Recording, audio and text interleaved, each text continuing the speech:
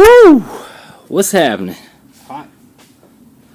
We were like freezing 3 days ago, and now we're sweating like crazy. Welcome to Louisiana, right?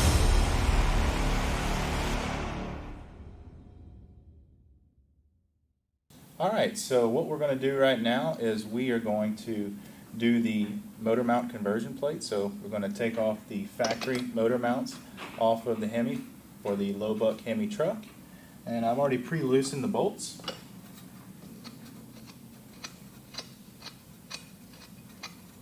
So we'll go ahead and get this off. So you have 4 bolts that hold it in. One was already removed. I'm going to remove these 3 now.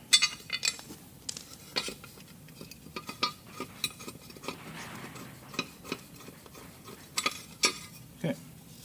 So here you see the 4 bolt flange, the original engine mount. And you see where the bosses are on the engine block here. So you have 1, 2, 3, 4. Okay. Now for this project, we chose to go with the Bouchillon Performance part number 9001 motor mounts for the 73 to 93 Dodge pickup truck. Now the reason we chose to go with these are for a couple reasons. First and foremost is just the entire weight distribution and the engineering behind these. So this allows the engine bell housing flange, the transmission, to sit in the factory location closer towards the firewall, which is better for weight distribution. There are other mounts on the market that move the engine forward, and we really didn't want to do that because we didn't want to mess with the original design of weight distribution for this truck. If anything, we want more weight towards the rear of the truck for better traction.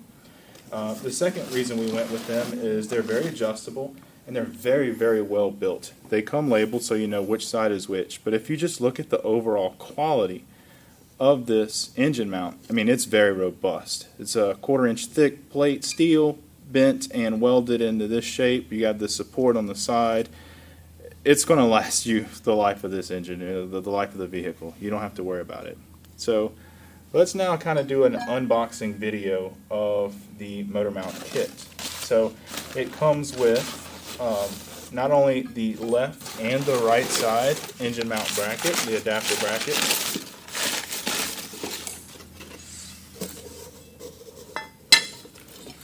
But it also comes with the required hardware to attach to the engine block, and it comes with the new rubber isolators. So that's one thing that kind of surprised us.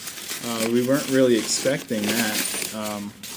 You know, we first looked at the mounts and we're like, oh man, that seems kind of expensive for a set of engine mounts. I think it was around $200 US for the engine mounts. But it's a complete kit. It comes with the isolators, the mounts, and the hardware. When you really look at the value of it, it's a really good value. I'm very happy we went with this. You have the slots here for adjustability, so you can actually level out the engine in the engine compartment as you need to. The way this works is, this is the mount that you'll see going to the cross member on the truck frame, and it'll actually slide up and down. So because these plates are here at the bottom of the engine, you can rock the engine back and forth to obtain a good level mounting position. They're really impressed with these. I'm really pleased. Also, it was great to speak with Randy Bouchillon at Bouchillon Performance. Super nice guy, very knowledgeable. He's been doing Hemi swaps for a long time, and he's very experienced. Always a pleasure to talk to him. So we highly recommend giving him a call if you have a project like this. You really can't go wrong with these guys. So now let's get to it. I have some thread sealant, thread locker here. I'm going to go ahead with the installation. This is the passenger side. So that's going to be the right side according to the mounts. Okay. So what you'll do is you'll come in and mount just like this, with the ears going towards the front of the engine. You'll see it's offset like this. If you install it like that, that would put the mounts to the middle, which is way too far back. So you want to install it in this way. Let's get some hardware and we'll run this in.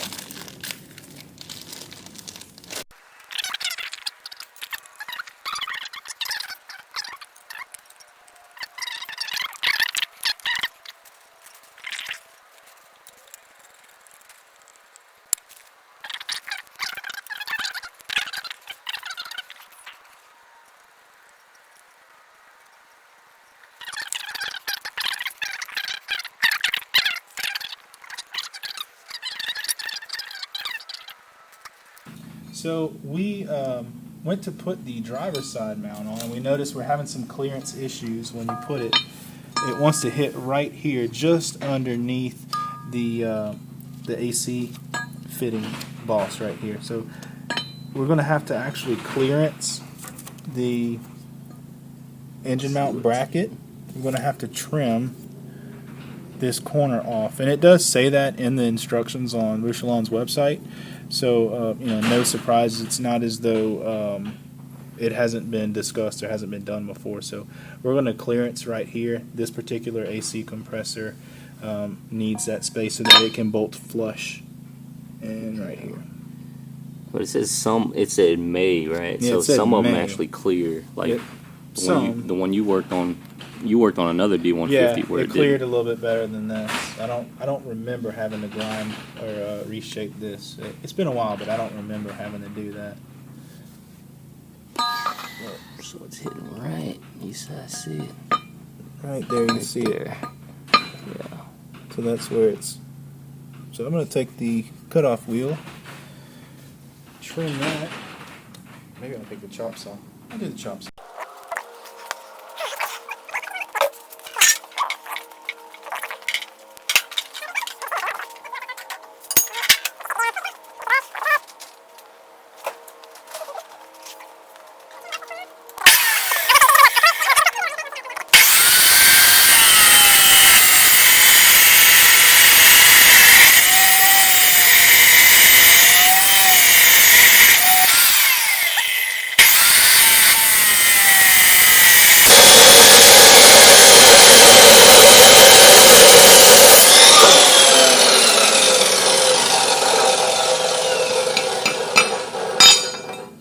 Tried not to get into the slot.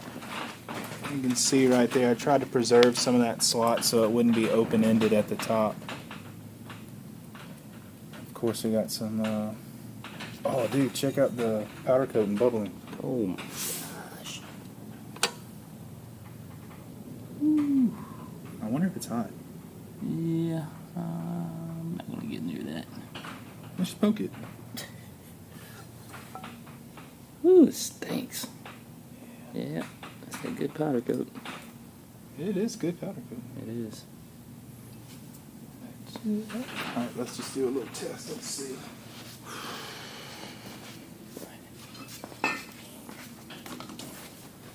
Alright, you can always dress it and shape it.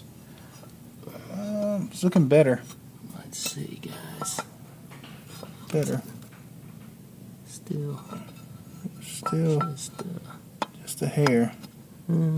how far are you from Pretty good. touching it? Because I might have to go into it and notch that top. I think you will. Yeah, it looked like had a good amount still. Yeah. Yeah, you might have to go square on that, you think? I think you're right. I hope it's still gonna. Alright, I'm gonna get a tablo blade and do it with that angle grinder. Okay.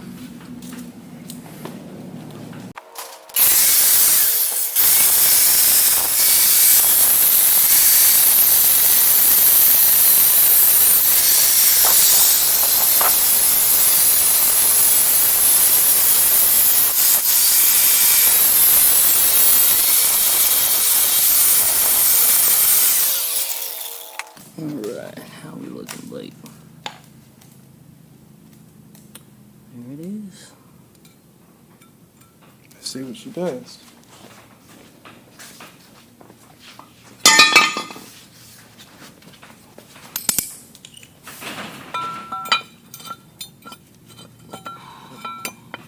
You gotta take that back support bolt out. What is it? Let's see. It's a rear support bolt for the compressor. What is it? Yeah. Take that out. Light. It's sitting right there, but then that should be it. Man, where's your freaking bolt gonna go through it? You know what I mean? Like, I have to cut that beast off. I don't even know if you're gonna be able to use this compressor, honestly. Should be able to.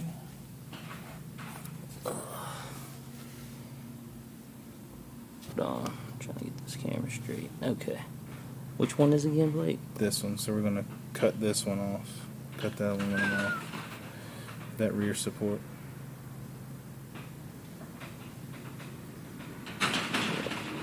That's a big chunk too. Yep. Mm-hmm. I think we do that, we'll be okay. Alright, everything's plugged. Let's get to cutting. Did you put those plugs on there? I did. Nice. This guy is pure professional. Sometimes. Only on camera. Dude!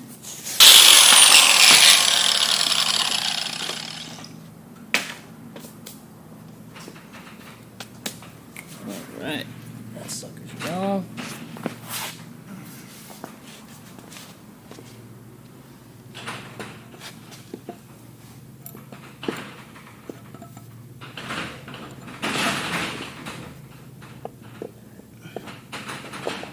What's that here?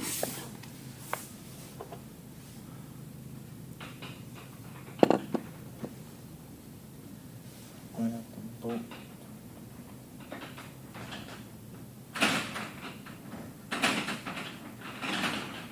To bolt this on. Okay, so we just tried modifying both the engine mount by notching it to try to clear the AC compressor. You'll see it. You'll see we actually cut this corner off of it because it was interfering with the compressor too much. We also cut the rear bolt boss off of the AC compressor as a test fit, and it still just did not fit, man. It's too big. We're gonna run it with an AC delete belt for right now because this compressor is just not gonna work. We're gonna have to come up with something a little bit shorter that'll fit right here. Yeah, it's probably too long, but how much you'd say, Blake? I'd say probably too long, about half an inch at least. Another half an inch after we cut it. Yeah. Probably, yeah. Yeah. Probably would need to remove this whole section here. Which you but can't because that's That's your passage, the right? passageway. Right. It stinks that we had to do that, but Yeah, since that we had to cut it, we probably. in hindsight, you know, if we maybe would have looked at the compressor a little bit more. I like having a closed slot instead of this now. I mean, that's. Yeah. I might weld, you know, the plate back. We still have the section we cut out. I could maybe weld it back, but we'll see how it goes when we put it in the engine. Yeah, if not, we'll give Randy a call back. Yeah, I don't remember having to do this in the past, but it could be that this is the Jeep compressor, which maybe it needs a little bit more volume because it's a larger vehicle. That could be it. I'll run the part numbers on it and see what we're dealing with. I do have another AC compressor off of a 2006 Hemi 300C, so we'll compare that one to see if it's any smaller and if it works a little bit better. All right. Well, let's just continue on. Try to get the sucker in. Yeah, let's go ahead and get this in the vehicle, in the truck. Lessons learned, guys. Lessons learned. All right. Let's double check the torque settings, so we're going to go ahead and torque down the engine mounts before putting it in. So we're looking at 70 foot-pounds, 70.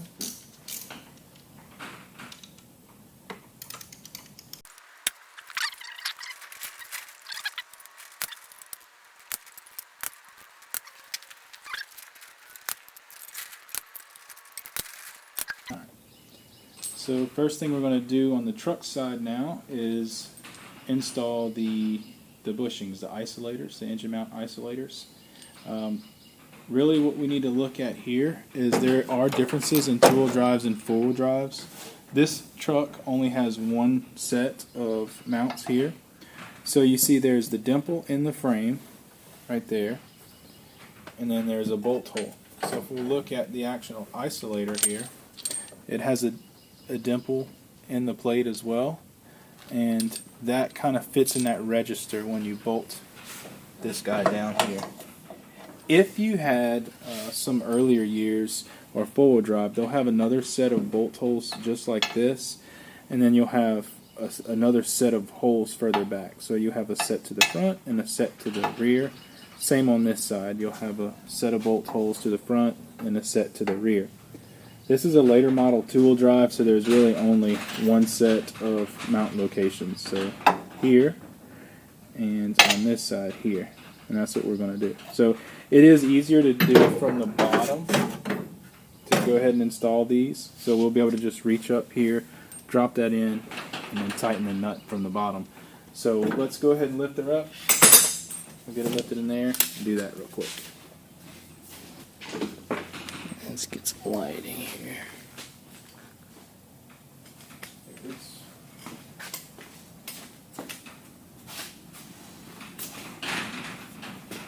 Good call, Mike. What's that? On the lighting. Oh, yeah. Yeah, we got some comments last time about, not having good lighting. And we're trying to improve. Yep, we're learning. That's a good thing. Please keep the comments coming.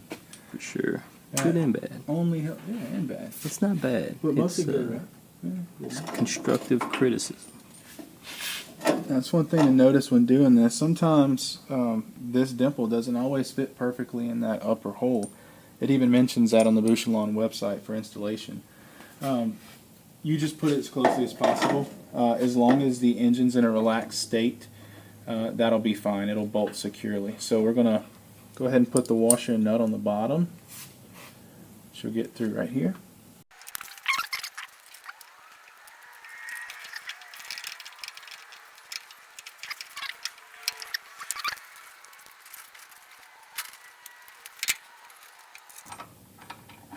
So Blake, I noticed this side had a slotted hole in the body. Does that, I guess, allow for adjustments? It does allow for adjustment. It's also not something you should expect to see on every one of these first gen Rams, D100s, D150s. Many of it's just the bolt holes, just as on the passenger side, it's bolt holes left and right, driver and passenger. But this one has a slot, so don't expect all of them to have a slot. Lucky us. We got slots for days. No comment. Alright. So, now that those are in, we'll take the top nuts off.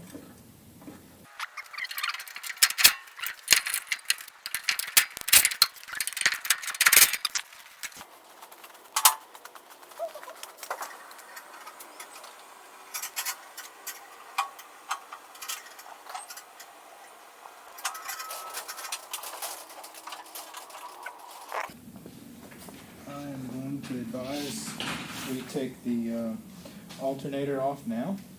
That way we can get to that top insulator or isolator bolt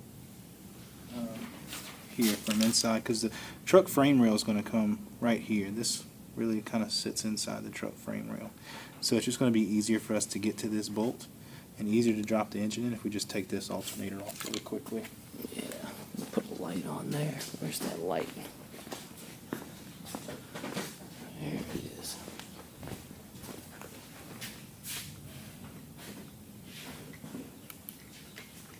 Here it is, guys. Just so y'all can see what he's talking about. So, this is where the frame rail is going to be. And we're going to have to get our hands kind of in between here if we had to keep the alternator, which is not a lot of space. So, Blake's going to remove the alternator. Give us a little bit more room.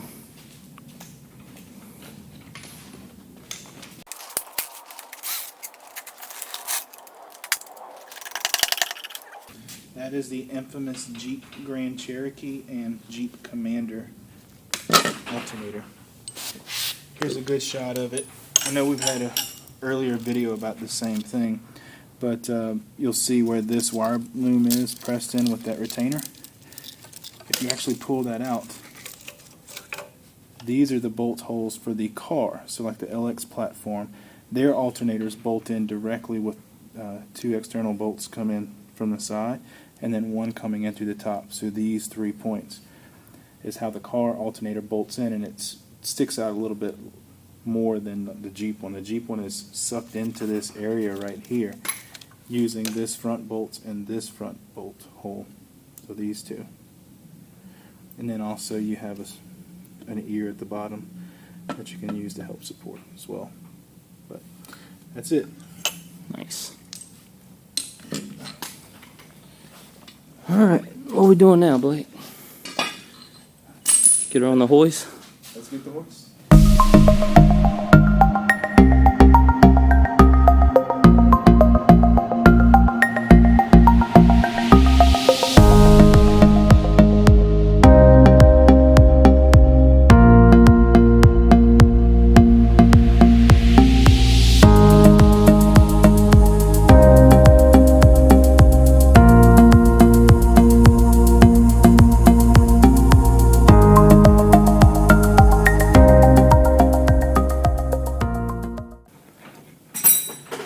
Alright guys, so Blake and I tried to shoehorn the sucker in here and thought we had it, but we're getting some interference with the brake booster. Many of you probably know this with the D150, but it's a big ass brake booster, and you can see where it's hitting that coil pack right there. So we can't get it back enough to, if you can see, we're trying to get that engine mount onto that isolator. So Blake's going to try to take off the brake booster and give us some clearance there, and hopefully we'll have enough clearance to mount the engine. How's this side look? Yeah.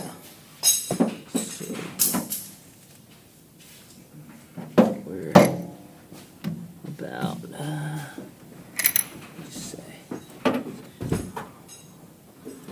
where did it go? This side's pretty clear.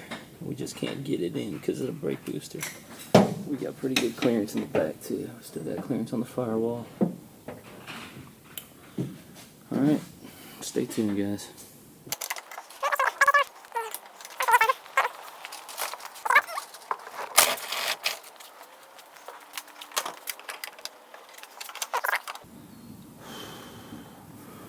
Woo! What's happening? Hot. We were like freezing 3 days ago, and now we're sweating like crazy. Welcome to Louisiana, right? Yeah, it's all good. At least we have good food. Yeah, we got some other good news too. That's right. We got the Hemi and the truck. Put up a little bit of a fight. In hindsight, a couple things I think I would have done differently. The 545 RFE is very long. Most of the swaps that we do, we use the original trans, which is a little shorter. So snaking it in all together as one piece without taking the front radiator cowl off was a bit of a challenge. We had to come at an angle, as you probably saw through the footage. Just took more time. Also, as typical, the rear coil on this bank, so I think that's what, 7 on this bank, was hitting on the brake booster, so we had to unbolt the brake booster, push it to the side. We knew there were going to be clearance issues. We're going to try to push it back. We've heard that you can kind of open up the firewall holes a little bit, slot them towards the driver's side, and you can still retain this brake booster. This is the low Buck Hemi truck, so we're going to try to save that money and not have to buy another brake booster. If it doesn't work, we know that we can always go get a 4-wheel drive brake booster, so like a W250, like a little bit of a 3/4 ton 4-wheel drive truck has the more narrow brake booster. We can do that if we want to, but we'll try to save the money. Mounts are in, sitting like it should be. We took our indicator and sitting at about 0, so it's doing pretty darn good. We're happy with it. It's dropped straight level pretty much. We didn't have to roll it from side to side. Yeah, can you show them where we cut it and Yeah, so you can see. Let's see if we can get that light over there. Okay. So So you can see where the cut is right here. We still have bolt engagement with a washer. It should be okay. I still believe later I'm going to come back when we put the AC. You do have to notch this edge a little bit. I'm going to go ahead and weld this up at the top. We kept the piece that was cut off, and I'm going to weld that back just to give it a little better seat. So definitely learn from us. These compressors are different. This Jeep, it wasn't like the car compressors. It seemed a little bit bigger. So don't do that to your motor mounts. Don't cut it. Learn from us. That's okay though. I mean, it's still going to be just fine. It's going to be solid. It's going to run really well. Couple other notables is, once you do get it in here, you get it set, is the next step in the game is after putting the top bolts nuts on here is setting the transmission mount. So that's going to be pretty fun. You have to make sure that you have it, typically they say 2 to 3 degrees above parallel with the rear axle. So we're going to get into that in a future episode when we set the drive line angle and have the drive shaft made. So that's going to be another episode coming up. Looks good. We can actually go ahead and bolt on the alternator, which I want to do to show you the clearance here at the frame. We can do that. So I say we get this engine hoist out of the way. Whew, that was a beast to get on. It was a bit of a challenge with the. I think it's just because we had that 545 still bolted on. Yeah. Had it just been the engine, it would have just dropped right in with Oh yeah. so easily. We kept on hitting the tunnel, and it was Yeah. There's tons of room in here. Would you have would you have put the left the isolators off if you had to do it again? I think I would have left the isolators off if I had to do it again too, or at least left them lit to where we could maneuver them a little bit more. Yeah. They're easy to get to at the bottom underneath the truck. I would have done that. I would have left the isolators either completely off or loose, so they weren't tacked down. Yeah.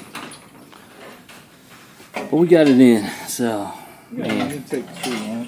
yeah, it was a good 30 minutes, an hour almost of finagling. Yeah, and we could have. It's where do you want to spend your time? Do you want to unbolt the transmission, the torque converter, the starter, get all that off, drop the engine in, and then lift the engine and bolt the transmission back on? For the guys that are working on their backs, like in their garage or driveway, if you don't have a 2-post, I say just spend a little bit more time and do just like we did and put it in with the transmission together, because doing that on your back a couple feet off the ground would be killer. I mean, it would be a pain in the butt. You could snake it in, just make sure you go at an angle, make sure you definitely get an engine load leveler right there, because without that it would be almost impossible, if you ask me.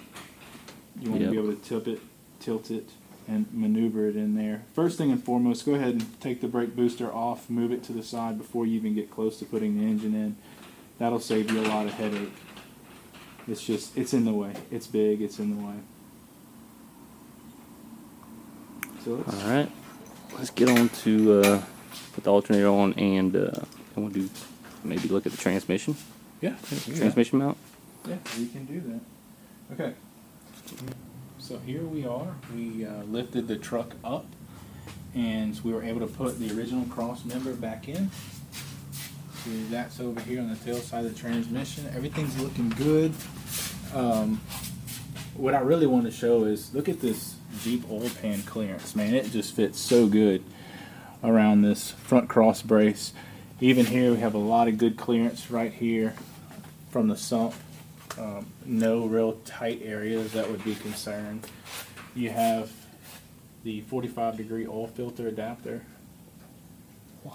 On the front, it's good. See how? Where's that oil filter? Right here. Oh yeah. So you could really get to this and change oil. It's right out here in the open. If you didn't have that 45-degree adapter, that oil filter would be about right there where you see this sensor at. You see that sensor right there? Mm-hmm. That's where that oil filter would be. So you can imagine trying to change the oil right here, kind of back here, and it would make contact with the engine mount.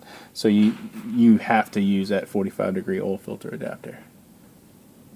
So it's real good. You could use your standard size oil filter as for the Jeep. It's wide open. Super easy, wide open to get to. Our cooling lines for our transmission, we're going to cut them here and put new flex lines going from this original hard line over to the radiator for cooling the transmission. So that's going to be pretty much a cakewalk. Now come over here. This is something that we found was very interesting. Again, mostly what we do is we'll run the old school transmission with these guys.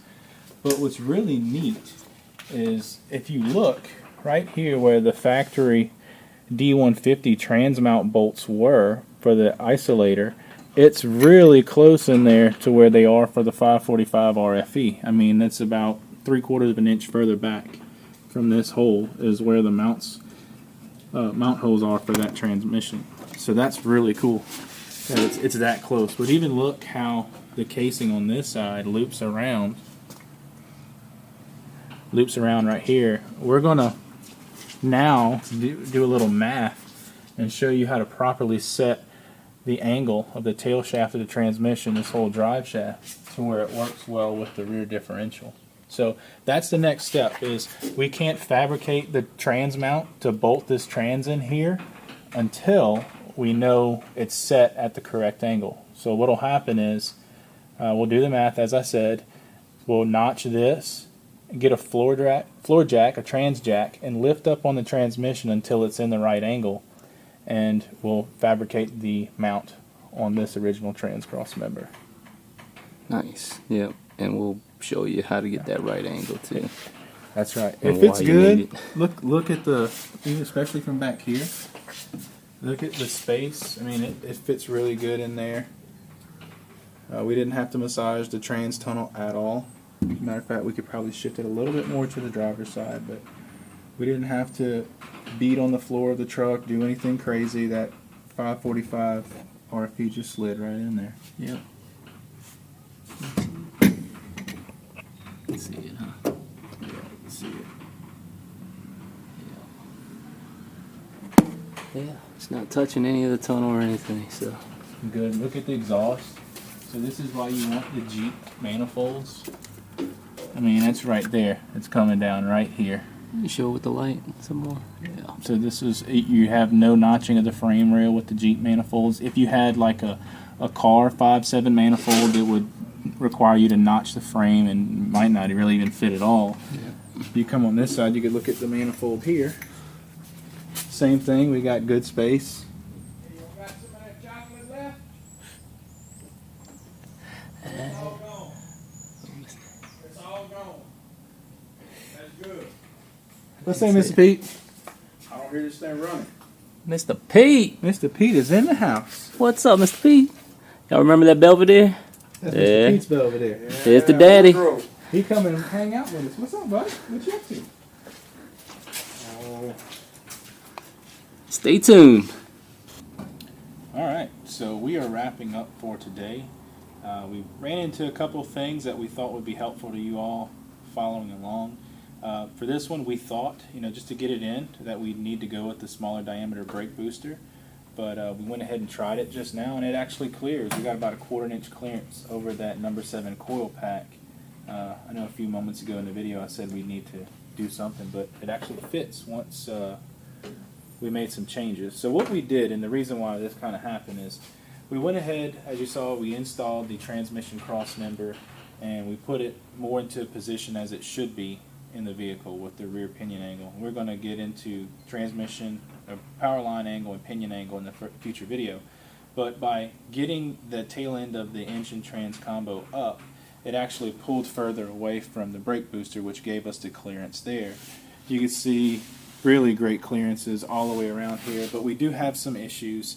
As you saw, we're going to need the more compact lower AC compressor.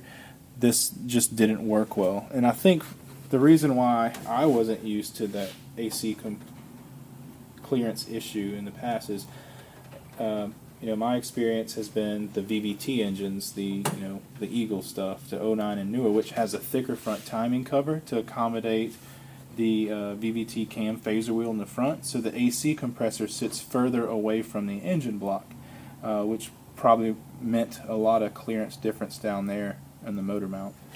You want to talk about the what we did with the motor mount, and actually it probably wouldn't affect it too much.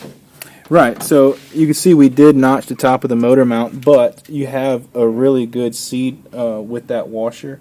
You got good clamp load or bolt loading on the adapter bracket, so it's structurally sound. I still might tie it back in with a little piece of metal, add it back in just to give it a top. But right now it's structurally sound, so we're not concerned about it. Everything's torqued down and bolted up well. On this side is something that we want to show you guys.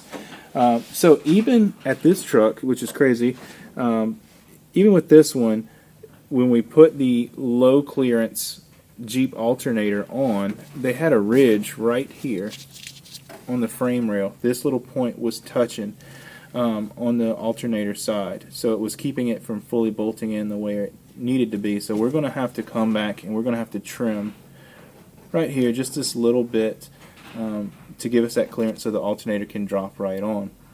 And that's something we're going to do in the future when we get the accessories all back on. Yeah. So I'm happy with the way it sits. We have so much room in this truck to really get it all buttoned up nice and neat. Yeah. As you can see, we're even going to run the original Jeep battery cable wires. They're going to go around the back side of the engine and come up here to the battery tray.